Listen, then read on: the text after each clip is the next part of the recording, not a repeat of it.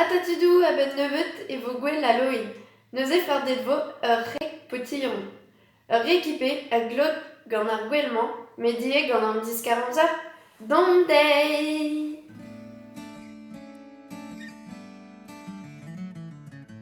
Ret e vo deoc'h kaout, ur potiron, 10 garo tezen, 30 gram sucre castonadez, pevar U, ugen centilit e ultroeol, 30 gram hag an eur korn bleut, 40 gram krankelvez, ur saradig gwell kimiek, 10 loyad vin bicarbonat bouet, ul loyad vin holen, ul loyad vin cannelle, ul loyad vin front vanilla, hag un hanter loyad vin kran muscadez.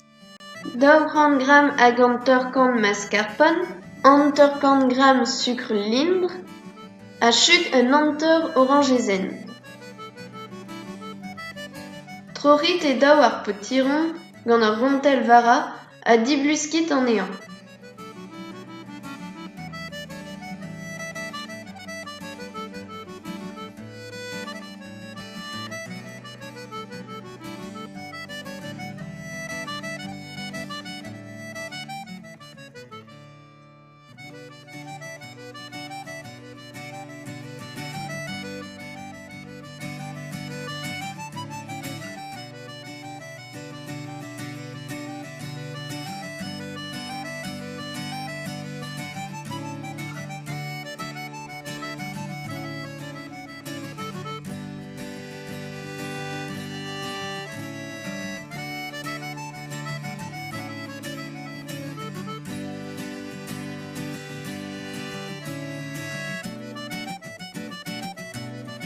Goude bezañ diblusket tenit kreiz ar potiron gant ul loa vras.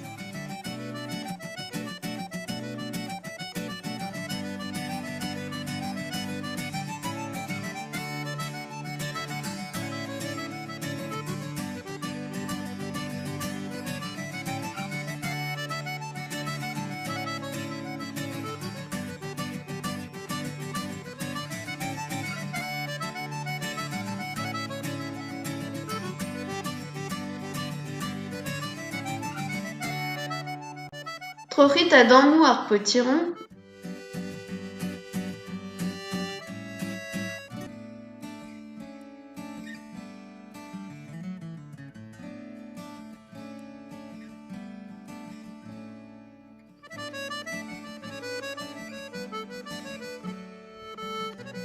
Lakid a goste ar potiron en ur zil.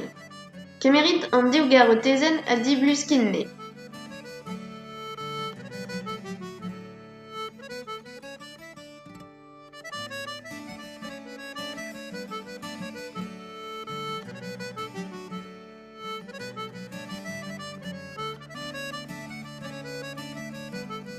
Trochit a dammou a lakid a goste gant ar potiron.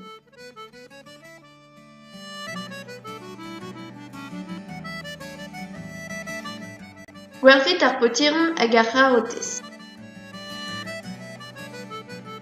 Lakid al legumaj gastelodenn, ha leunit ar gastelodenn ganto. Poazit al legumaj e-pad un ugent minuton bennak. Ur wech poazet, dizourit al legumaj zil, lakid ar potiron hag ar c'harotez volenn ha flastrin-ne gant ur fourchetezenn pe ur flastrer legumaj betek ma vo yod. E keit emañ al legumaj o yenat pilit ar krankelvez.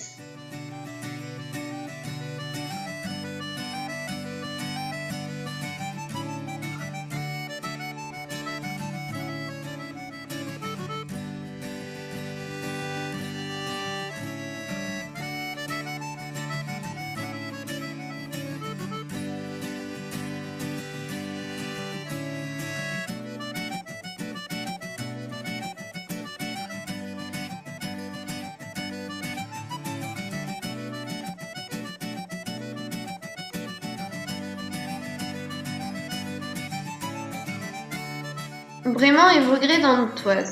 Meskit gant ar bleud, un hanter loyad vin kran muscadez, loyat vin cannelle, un loyat vin au lait, 10 loyat vin bicarbonate bouet,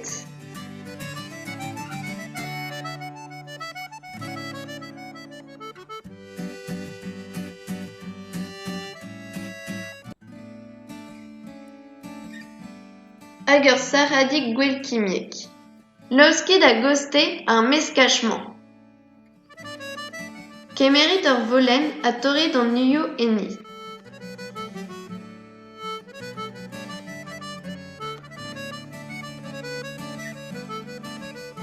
Meskit an nuioù.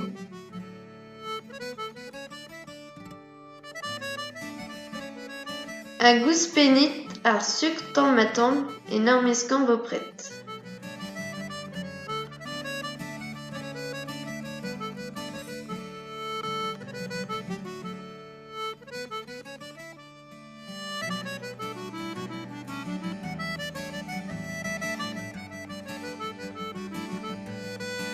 Ouzhpenit an eoul a meskit dousik.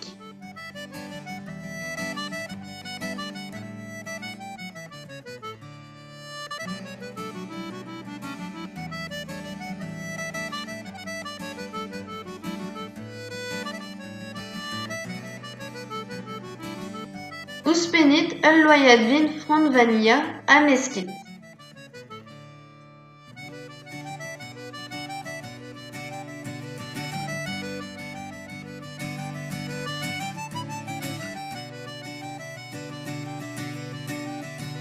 Ouzhpenit ar potiron hag ar c'harotez a meskit dousik.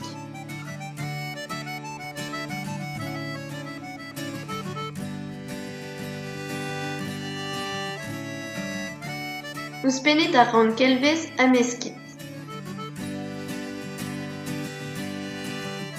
Ouzhpenit tamm-ha-tamm ar bleud a meskit dousik.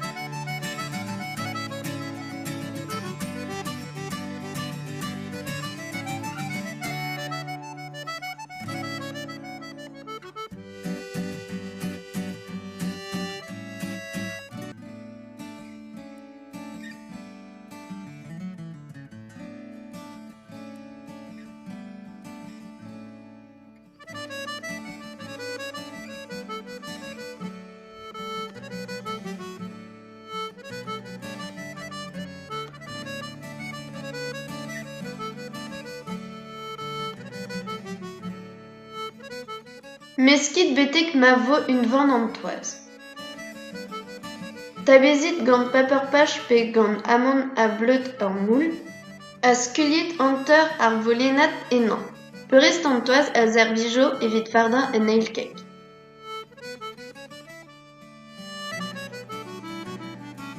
Lakit da boaza form tomet da kanderez a pevar-ugent e pad un eurvezh.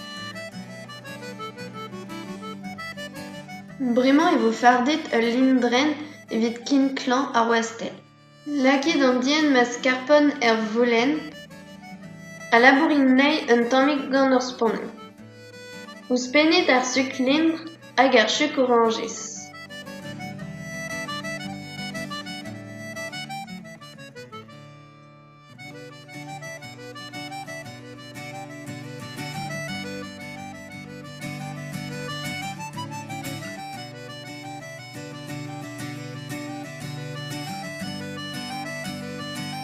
Meskit gant ar fourchetezek, ret e kaout un dien lindr.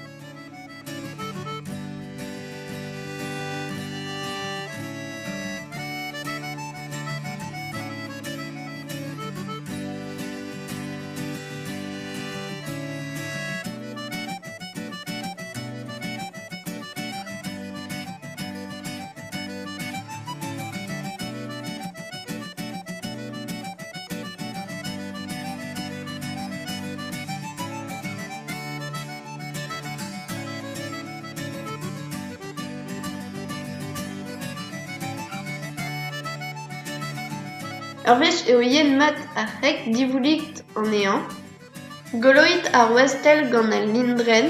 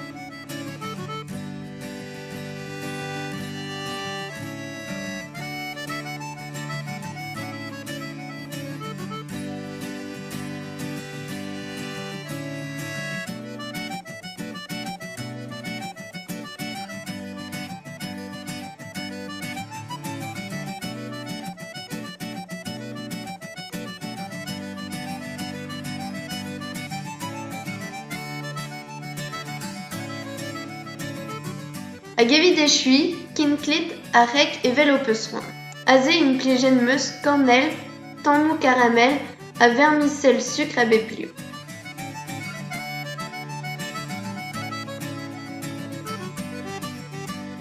A-raok servij lakaet ar c'hek yernerez evit ma dalfemat an dien. Prest eo, kalon digor!